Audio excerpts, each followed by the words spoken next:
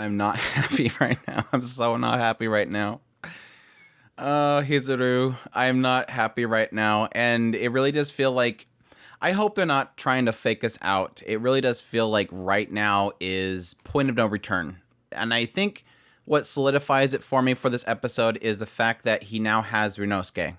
Because Ryunosuke has been passed on, and honestly, technically, we're only like 5 episodes to the end. It really does feel like this is the point of no return. Now, I'm still holding that at some point at the very end of this series, we're going to have a big reset. I feel like the ending of the show is going to be everybody's fine because, boop, back to the very starting point. Now, the question mark is going to be, is it to the point before Shinpei even goes to the island? You know, Ushio's not killed, so he doesn't have to come there. Or is it going to be so far as we're going to go all the way back to the point in which Haine first killed Ryunosuke? Like that far back. Like Haine will be restored to the point where she wants to fix everything, and she wants to go back before she took this precious thing away from Hizuru. Which I think that's probably the option there, is because Hizuru's final statements is in the idea that Haine is a good person. And we've been kind of touching on this for a while. Haine is a child, technically. What she copied was a child. And that child has needs. She wants to be spoiled. Please help her. She's being manipulated by Shide. It all comes down to Shide. Which, honestly, I was theorizing that a while back. I don't remember exactly where it was. I think it was the point which we first had Shide coming up to Haine, and they were all in that cave. It really did feel like she was a child, she was being irrational, and he was having to stop her. And what I felt then was like, why is Shide calling her mother, and yet he's treating her like a child because she's acting like a child?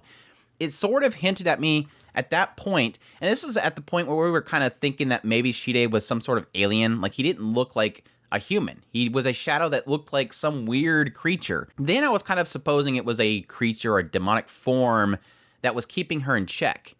And so it did kind of make me believe way back then that this might be all Shide's doing.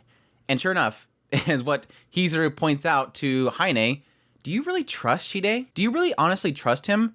During the third reset, he said specifically, this is the ending that I want. Shide was saying that it was his ending, not Haine's. Haine thought that she was in control, but right here, Shide was saying that he was in control. And that's putting doubt into Haine. But yes, additionally, the idea that eventually, the hope is that Shinpei can go to Haine and somehow stop her from and realize Shide's doing this. Like, Shide's telling you to do something, and you're falling into his plan, his plot. But the question mark, obviously, at that point is, what does Shide want? What is Shide after? We know what Haine's after. Haine's after, you know, consuming everything in the shadow and living on in this other world with this family that she was creating. Of course, that was Shiori's statements, but it's technically Haine's statements. What is Haine trying to create? She's trying to create this shadow world, this other world, but is she misled? Does she think that's what she wants? But eventually, when that actually happens, Shide reveals, oh, actually, this is what I wanted, and it's not exactly what you thought it would be. But man, I'm getting way too into the sticks already, but yeah, I'm really mad that Hizuru's gone.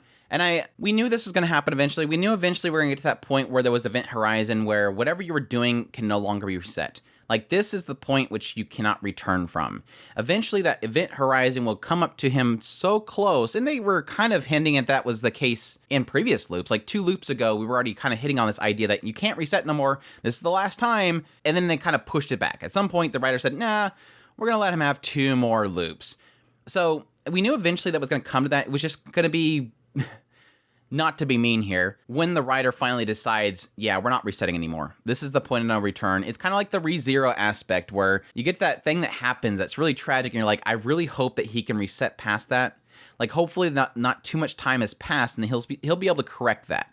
But it took Hizuru. It took Hizuru being the first one to go before we finally decided that I hate it. Like, why couldn't it be Tetsu? Let's have Tetsu die. Why does it have to be Hizuru? And like I said before, I think it's solidified in the fact that they added something to it. It wasn't as simple as Hizuru's dead, let's continue on, and then hopefully we'll get enough bracket there and we can go back and save Hizuru.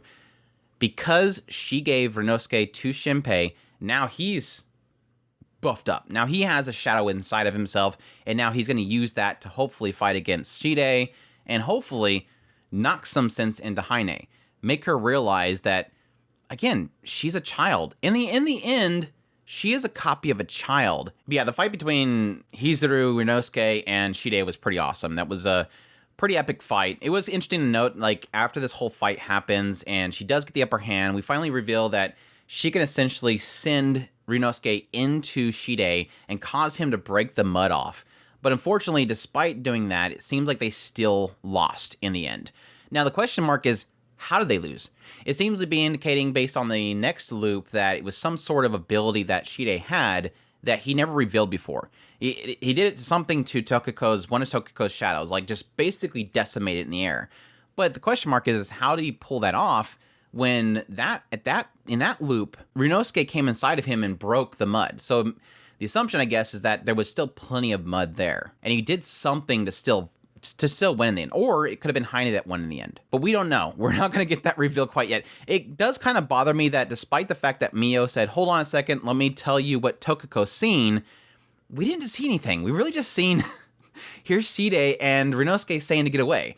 Like, what else happened? What happened after that? What caused him? Again, did he have plenty of mud to bring himself back together? There was this big attack that Hizuru did by sending Ryunosuke inside of Shide, but yet it didn't seem like it amounted to anything. It seemed like it was a really cool move. It seemed like it was essentially Hizuru's trump card. But I guess the argument is that it wasn't enough.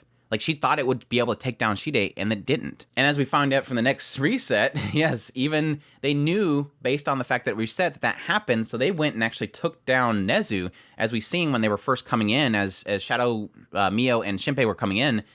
I noticed the hat on the ground. I'm like, oh, they took out Nezu. Like, this is different. And sure enough, it kind of reveals, seeing Nezu and all them down there, that yes, they, as usual, despite the fact that Shinpei thinks he's going to get the jump by being able to reset it, they still know what happened in the previous one, and they take measures.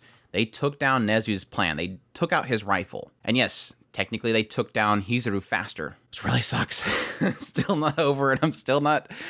Hizuru's great. I don't want her to die. I hate it so much.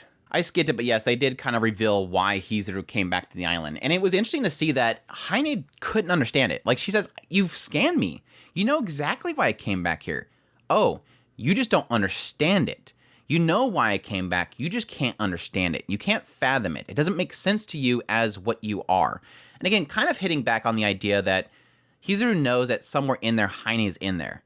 But Heine is still a child, and she doesn't understand the concepts that she's trying to present to her. It was sort of a redemption. It was my fault that Ryunosuke died. I understand that. And now I want to prevent anybody else from dying. It's almost like her trying to seek redemption. Nobody seen that it was her fault. They couldn't understand that. Nobody knew that shadows exist. They just kind of covered it up. Yes, technically Katakiri and Hishikata covered it all up. In the first part of the episode, before the reset, we also kind of revealed that Shinpei and Shadow Mio did go to the other Shide where Mio and So was at. That's when he finds out that, yes, I sent them off to Heine, probably consume them right now. Seems like, again, as per usual, the Shadow does know when the original's taken out. So she did confirm, yeah, Mio's gone. But it was pretty brutal seeing Shadow Mio just like, just chopped his head off, like didn't even hesitate, just gone. I'm tired of listening to you. But revealed at that point, and we kind of already assumed this too, is that for some reason, even though he's supposed to be human, like he even points it out, you know I'm not human. You know that you can't disconnect me from Heine. So why would you even come here? Like, you can't really do anything to me anyways. So it's no problem that he's even there. And the Shadow Mio finds out that he doesn't have any data. Like, he's like an empty shell. Like, this Katakiri, even though he's supposed to be human, is empty. It doesn't make any sense to him. Adding another kind of element to everything else. We know about shadows. We know about humans. We know about this kind of shadow-human hybrid that technically Katakiri is. But this form of Katakiri right here seemed to be just a shell. You would think that he's just a clone or something like that. I assumed that it was just that they had multiple children, and since it was born from Katakiri, it would look like him. So they can have as many Katakiri as they want, but you would think that they would still be children. But maybe because they're birthed from Heine, and it's obviously an odd case because, again, they take the exact same form as their father, maybe they don't have data. Maybe they don't work the same. You can't scan them like usual. But additionally, before he died, jumping forward, he did reveal that technically they still believe that Ushio's alive, because he stated that he can't be disconnected from Heine because he's not a shadow. Which we did get a hint of that later on when everything was kind of going downhill and Hizuru's dying. Essentially, this light came from his pocket, and that's when Heine decided to retreat.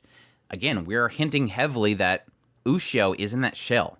They know what's in his pocket has something of Ushio, and they're afraid of it. But yeah, after taking down this Katakiri, that's when they find Tokako, and he decides at that point that he's going to reset it, knowing that Mio's dead and everything. Knowing this time around, he does stop Mio from going to Katakiri, which was interesting, but it was kind of funny seeing this little moment where the regular Mio, now knowing that this is a fake that called them, is like apologizing to Shadow Mio, and she's like, it's okay, I took a picture of you, I'm restored, I'm fine.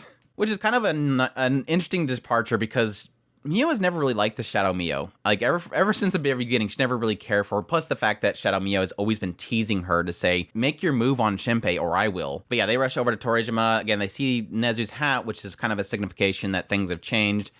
Izuru's down. They flee. And yes, we get the passing of Ryunosuke over to Shinpei, and Hizuru passes away. It was a really, again, I really sucked.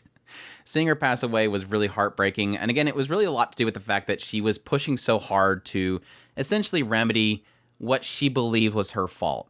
But additionally passing on this idea that Heine is savable, which is a huge shift in the story. Like, this episode is a huge shift in the story because, again, it's pushing it more to the idea that Heine is not the bad guy, it's Shide. We've always seen Heine as the bad guy, and Shide was always her lackey. But now we're seeing that role shift, and I'm really curious to see how in these 5 episodes we're going to manage to sort of shift those terms, shift how we perceive this environment, and how that story itself is going to shift. All I can imagine that in the next episode, we're probably going to have them confront them. At the very end, probably have that moment where Heine realizes that Shide's not doing things for her, and then possibly get some more insight, more perspective of Heine. I would be really interested to see like an entire episode from Heine's perspective.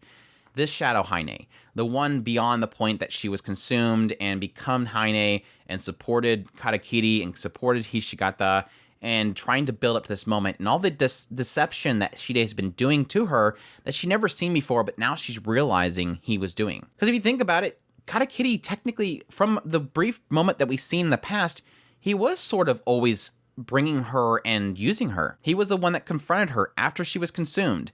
Again, married her and used her, basically. Wanted to be the husband of a god, and then used her to become immortal, essentially. Used her to transfer his self and his mind to his children over and over again for probably many years. Nothing about their past says he was doing something to benefit her. And then the idea that she was technically the mind of a child, it makes sense that he would be able to manipulate her and show her something that she's going to be able to obtain. Yes, the original Heine had an issue with the fact that she lost her family, and this transferred into Shiori, and we've seen this quite a bit, this idea that she wanted this family that she lost, the family that died to starvation, and that's why she was always talking about eating. She wanted to be spoiled, and she wanted to have a family, and she wanted to eat. This snapshot of her previous life where she was essentially starved to death and her family was starved to death still sticks with her. But anyways, we'll see with episode 21. I was very scared to see spoilers this episode because I started hearing people in Discord and stuff talk about the spoilers going out there. So I'm glad I didn't see anything because I would have been really mad to know or know beforehand that Hizuru passed away. Again, I'm still thinking that we're gonna have a full reset at some point. But we'll see. But anyways, hope you guys enjoyed my impressions. As always, if you did, make sure to hit that like button down below. Comment, let me know what you thought of the episode. Subscribe to the channel if you've not already. I do news, reviews, first impressions. If it's anime, it's pretty much here. Additionally, if you want to support the channel more, we have a Patreon link, a tips link, and a super thanks button down below. Whatever you can give is greatly appreciated, and y'all take care.